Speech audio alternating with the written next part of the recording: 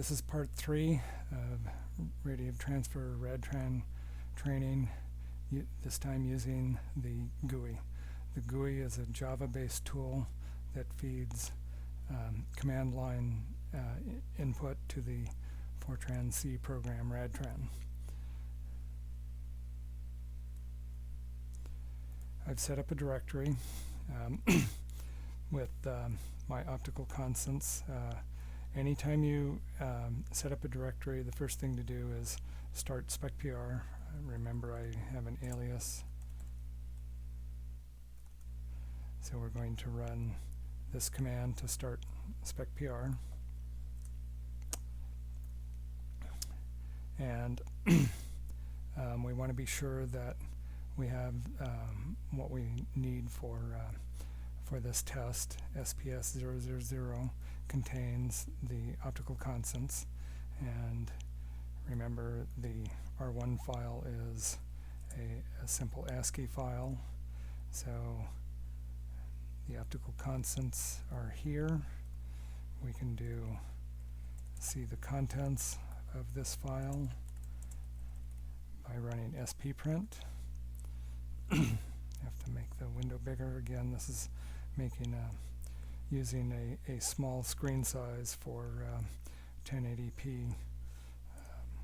I normally run on a much larger screen with more real estate. So we have iron optical constants, H2O ice, tholins, carbon dioxide, amorphous carbon, nanohematite, and a bunch of other materials. And you'll see in the various demos coming up that I'll employ some of these, including a D to O absorption coefficient, so you can do D to H ratios. Okay, so the setup looks fine. SPS000 is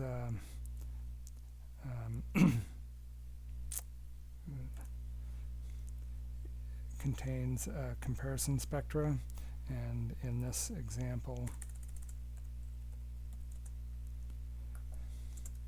we're going to be comparing to a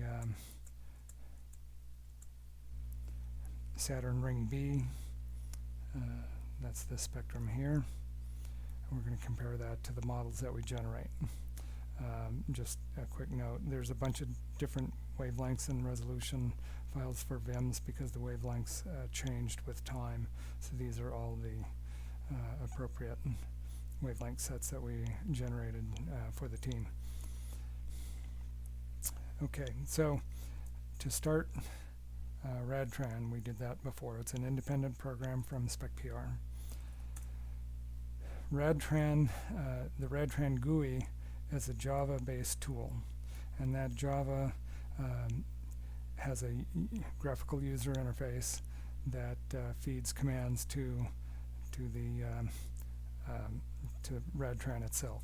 So to run the Java tool, we feed Java the runtime module, and we send the output to RADTRAN here. Let's look at that again. Here's the DRADTRAN command wrapping around the lines. We're running a T. This is called a pipe fitting. This is a pipe fitting. So all the output from the Java tool, so all the commands to run multiple models, are put into this file. You can change this to whatever name you want. And so a copy goes to that file, and a copy goes to RADTRAN itself to generate the models. You could then later go through this and extract different models out of it if you want, or use it as simply a way to count all the models that you generated during a session. So to run this, it's basically a shell script. So to execute something in the current directory is just this. So this is the basic setup. I'm going to minimize some of these. There's a bunch of commands will be coming into this window, so it'll be less distracting if we keep it nice and simple here. So this is a simple one-layer tool, but you can see we have quite a few different options, and these are codes you can customize yourself. So this is material 1, 2, 3, 4, up to 7. So there's 7 different materials in this model. This is iron. Model 2 is iron with, well, models 1 and model 2 are just iron optical constants, so you can have 2 different grain sizes of iron. Then model 3 is CO2, carbon dioxide, frozen. Model material 3 is hematite.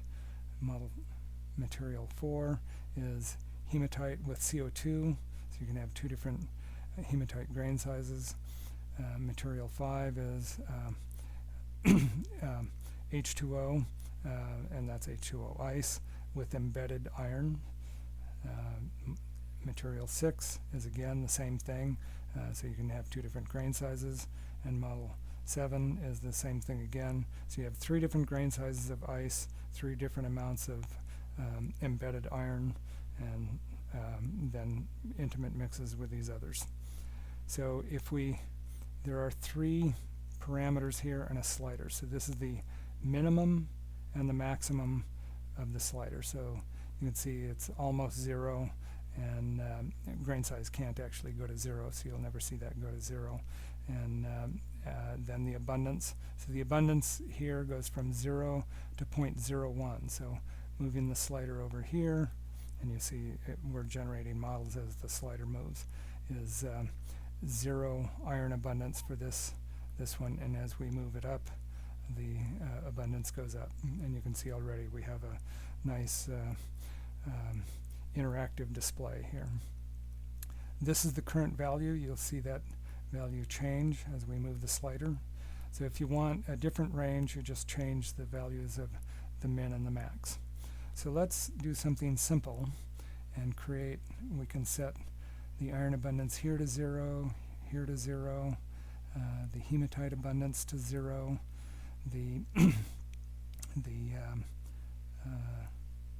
that abundance to 0, put the amount of iron in the sample to 0, and then we'll have grain sizes of ice. So let's change, this one goes up to essentially 1, so let's change the grain size or the abundance of this ice to 0 and this ice to 0, and let's just play with this one. Now our plot, and in this model we can't change the plot parameters, so we would need to change that beforehand. In the next, the more sophisticated model, we can change the plot scale on the fly. We can just add in let's add in a trace amount of hematite to bring the spectrum down. How about that? Now, even though we have hematite in here, it's not enough to actually induce a UV absorption. This drop off here is the ice absorption edge into the ultraviolet.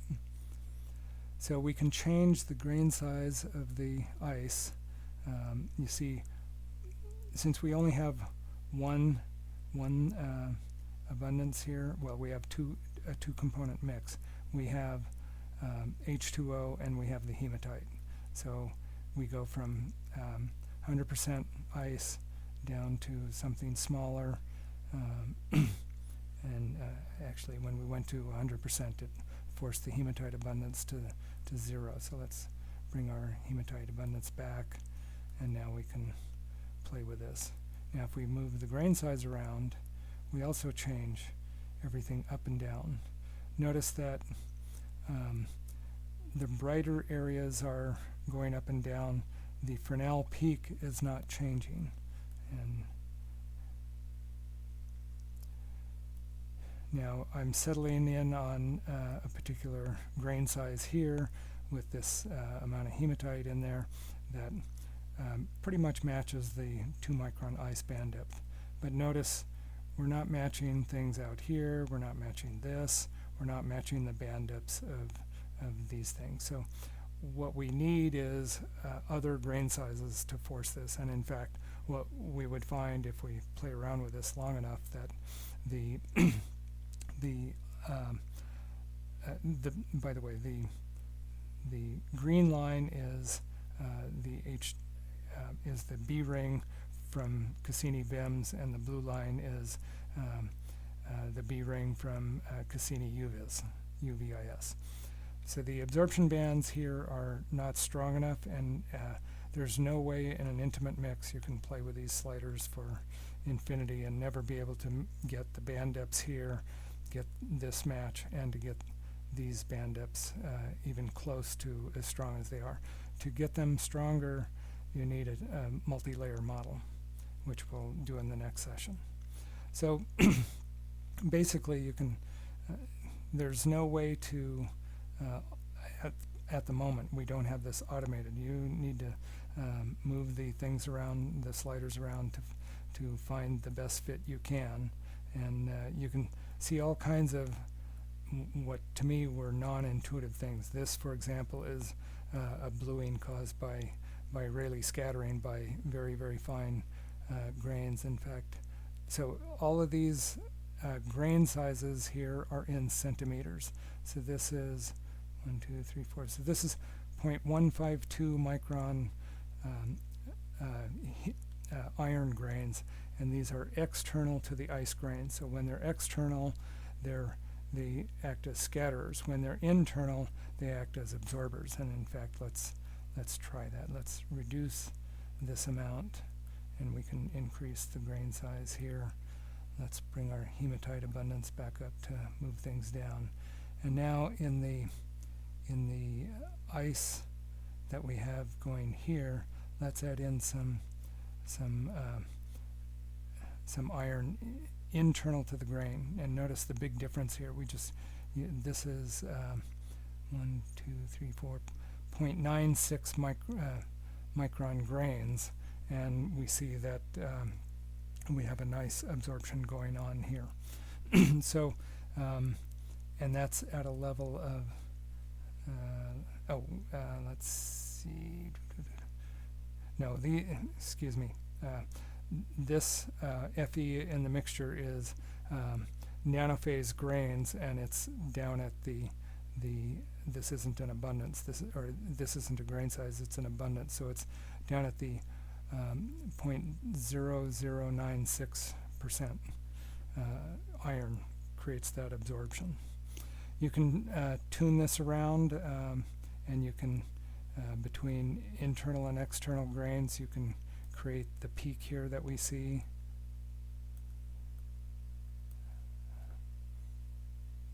If you need more precision, for example, you can narrow the range of your min and max and get finer detail there. I'm going to reduce the hematite to bring that up. So you can see we're now, approximating, it's not quite the right wavelength yet, but we're approximating the UV absorber. We can add in a little more hematite, a little more nano-phase iron in the ice grains. And we can change this.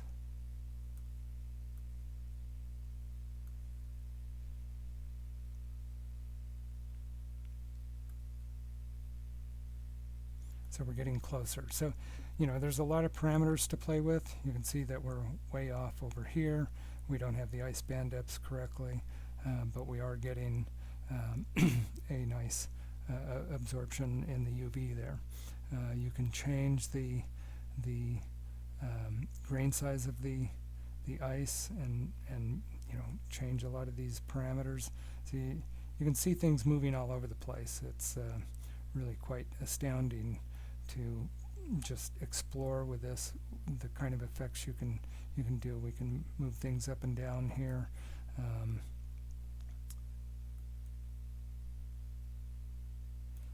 now we're getting overall closer. Some things may not match exactly. Remember, I said in the previous video that ice optical constants are in error right in this 3.2 to 3.4 micron region, so it's too low. The peak here, peak position, this is optical constants for 120 Kelvin ice.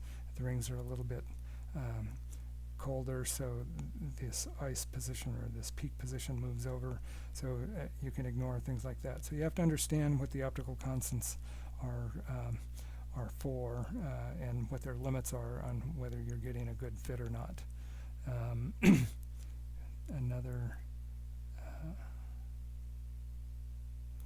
We can do a lot of different parameters here. If we have very fine-grained ice, notice this position over here. As we add in submicron ice grains, and we know there's a lot of submicron ice grains in the Saturn system, we change the nature of this and we make this more like what we observe on Saturn's rings. So the Saturn's rings must have a lot of fine-grained submicron ice, and now we're getting overall interesting shape here. So there's a lot to do to change the change parameters to match. I mean, you've got a lot of free parameters here to change, but this gives you an idea of some of the things that you can do. If someone wants to write a least squares minimization, like a simplex routine to explore this, we'd love to have it. The one thing that I have found is that there's a lot of local minima. So what is considered a good fit, like going through here, overall, if you just did a least squares between these, it might be considered a pretty good fit, but we're not getting the absorption band strengths here. So from a spectroscopy point of view, that's not a good thing. So it's not just level, it's getting the band depths right too. And with that, that's a good introduction. So if you want to change these parameters, you have to change the Java code itself. It's embedded in the Java code, and I'll show how to do that in part 3 of this very video. In the next step, we'll do a multi-layer model. So if you like a model, you can save the model and save it to a file name of your choice, or you can go extract it from the output file. And let's go ahead and exit. Then let's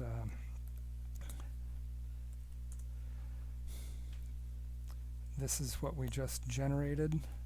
So it's quite a large file. It's 3 megabytes, and these are just the output needed for generating a model. You'll recognize these commands from the example we did with the command line interface. If I grep for one of the unique strings in here,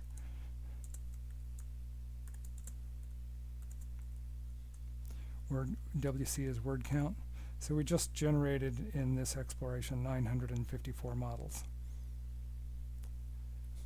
And with that, we'll transition to the next example with multi-layer model.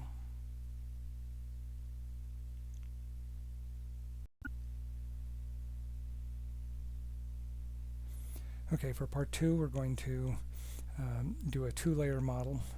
It is a more sophisticated Java GUI. With a 2-layer model, you could also do a 1-layer model just by setting the top layer very thick. First, I'm going to show the models are located in the source code.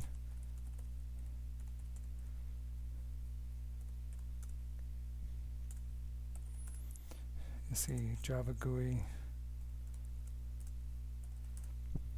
There's a README file that tells you what you need to do. So the 1-layer GUI, which is what we ran in part 1, and now we're going to run the 2-layer GUI. After this, after the two-layer GUI, I'll go through and demonstrate details of changing and customizing for your own optical constant sets for your own models. Okay, so I've set up a directory here, and again, this has a number of things. I've done a fair amount of work in this directory, made some plots, and we have an R1 file, so again, we always check that everything starts up without any additions, like needing to update the protections in SpecPR, because the Java tool is expecting a clean start without having to do that. I'm going to make this a little bit smaller, so this looks good. Exit. Notice we have the optical constants SPS 0000 file is assigned to letter D, and then these other we can write, if we want to output stuff, we can write models to this work file, or you can choose your own files. Now remember, in SpecPR, at least on PAN, if we keep with the SPS series, then all the spectra that you generate will be cataloged so that you could find them in the future using keywords. If you use work files, those are not cataloged and won't be part of the database. So if you want to keep things secret from others seeing it, you may want this, but you'll have to do your own manual searches. Also, remember, if you want to track history of how you created a file, it's best to keep unique file names. So if you have an SPS WRK3 in this directory and you have one in another directory, and some operation shows you did some work using these files, which file is it? So it's best to keep SpecPR file names unique.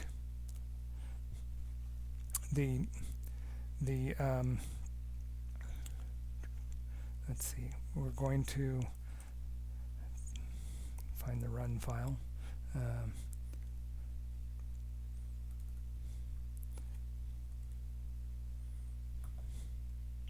Okay, we're starting the GUI.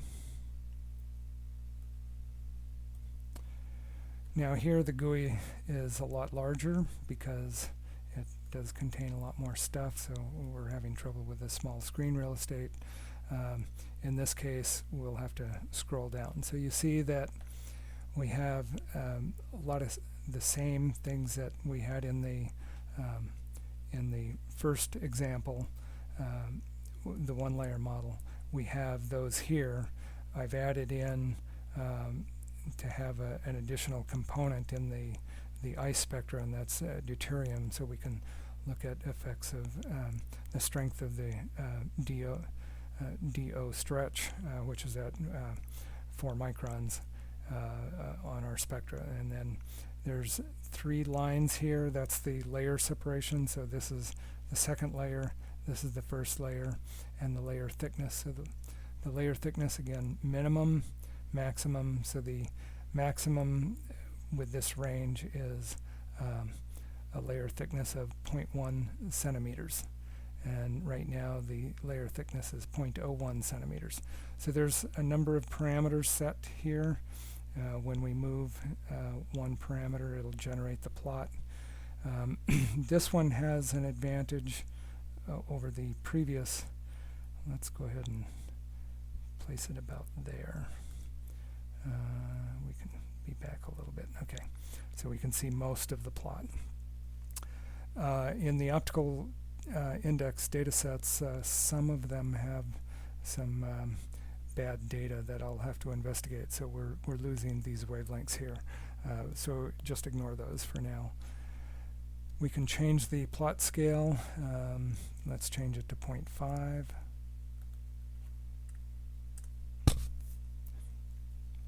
Okay, so now it's exploring what can be done with layers. As we drop the layer thickness down, we're seeing mainly what's in the second layer, and as we move the thickness up, it's changing. Now notice it's changing these wavelengths more than these. Now that's a function of grain sizes and abundances of all of these parameters.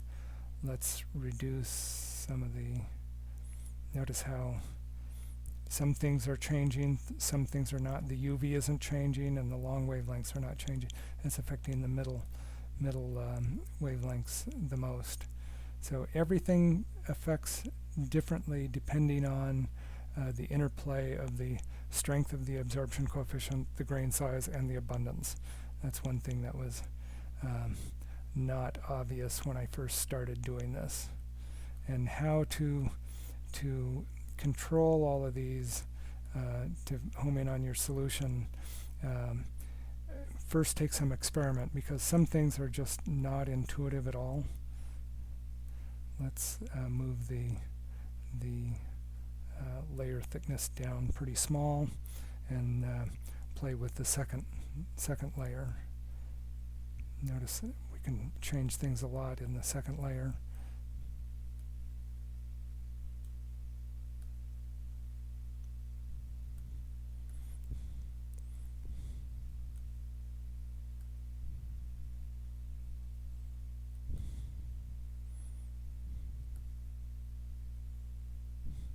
Now if we make the second layer large grain size, so let's look at the grain sizes here. So this is 746 micron grain, so that's pretty large, and we can increase the abundance.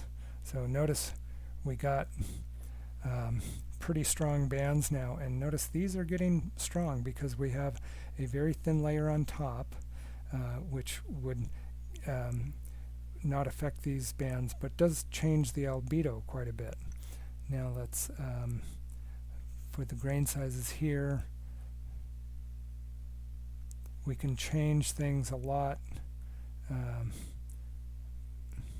without changing these grain sizes, because with a thin layer, at these shorter wavelengths, we're seeing through to the bottom layer. Let's add another abundance of large. Let's go very large grains and increase the abundance of it.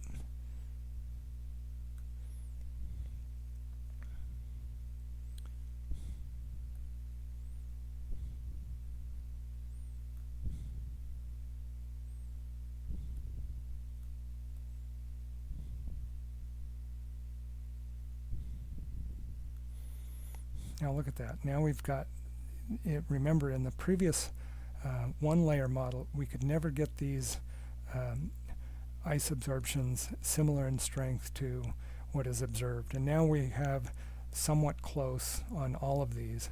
We can change some parameters around and get the albedo. Let's see, let's try, need to go up. And with some of the, change the hematite. That's not changing quite what I wanted for. We want to change these wavelengths without changing these as much. Also note, we're not matching this over here. That requires more fine-grained stuff. So what we need is to decrease the grain size. Oops, we went too small. Now there is, this illustrates a factor here. Well, let me try it where we have a little more resolution. Let's see if this one. Notice there's a jump, and the jump occurs at 1 micron, and this is an artificial placeholder in a RADTRAN at the moment. So when the grain size is below 1 micron, then diffraction is included. When it's above 1 micron, it's not. So the fact that we're seeing a huge jump indicates we need to improve the code and do a more rigorous diffraction calculation that would show the slowly increasing effect of diffraction as the particles become smaller than the wavelength. But for now, that's an artificial jump, and you'll have to work around that problem, limitation of the code. And if you have ideas on how to improve that, I'm open and we can insert it. So overall, I'm pretty pleased that I've never seen a model of Saturn's rings or satellites that got even reasonably close to the band depths here and the band depths here. And if we compute the band depths, then we'd see that these are probably within 20 or 30%, whereas a single layer model, these are typically off by orders of magnitude. But it shows you the complexity that you can do, and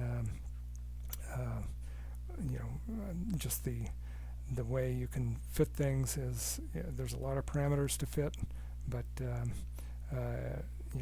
working with it for a few hours really helps you understand the interplay of different components in a spectrum, and it's possible to actually get some pretty nice models. And I've published this in 2012 for several of the icy satellites of Saturn, and with quite well-fitting models. Okay, and with that, you can again save a model, change the wavelength ranges and the vertical scale. So this model has, this GUI has more of the components needed for generalized models. You can see if we went to a third layer, this is going to get quite long. The GUI is going to get complex, but now that we have the infrastructure here for a two-layer model, going to more layers isn't that difficult. So I'll exit here and bring up this one.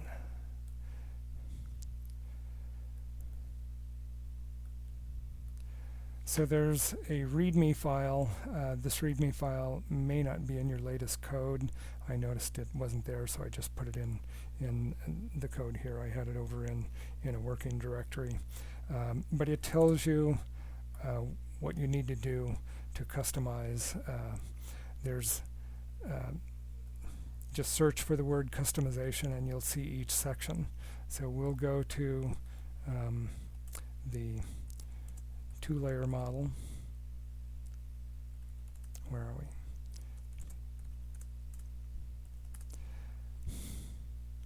So there's an example. Oh, we need a run file here, don't we? I need to copy one of those in. I'll do that. But we're going to look at, I'm going to view, not make any changes. If you want to make changes, don't change the one in the source code directory. Make it your own copy. If you have some new innovations, you can put a copy of it over here, and then others can use that setup. It's nice to have different setups for different applications, like say a moon setup with space weathered pyroxenes and olivines and so on. And we want to look for the word customization. Go back to the start. The name of the file must equal this. So if you change this or you change the name of the file, you've got to make sure both of these are equal. So this is the same as the file name except without the .java. That's explained in the README file. So we're going to go to the customization sections. Now, if you recall from the command line interface, basically these are just setting up the commands to run Radtran from the command line. So this is overlays. OV3 is red, so that's rings. That would be the VIM spectrum. OV2 is blue, and that's the UViz data. And OV1 is just for comparison iapetus spectrum. You can do up to 7 overlays in different colors. Then we're commanding for a two-layer model, the wavelengths, Remember, we had the optical constants assigned to letter D. Then you set up for each material. So material 1, what the index of refraction and absorption coefficient are, and so on down the road. So there's comments here, so you have what material it is, material 4, and what you're doing. So if you make a command line run through the the Radtran command line interface, and you save that input, then you can use that as a guide to what you need to change here, or this is pretty explanatory too once you've done it a few times. Then this sets up the optical index sets. Then the next customization would be, well, here you can change the angle of incidence, emission, and phase angle, all of those other things. And then you can also put in an aerial mixture component if you want to do aerial mixtures. That doesn't have a slider for the amount, though. That's something that can be added. And the next customization is for each of those slider values, you need the start, the end, and the current. And if you remember, there were little codes over on the left side of the Java GUI, and this is you can put that in.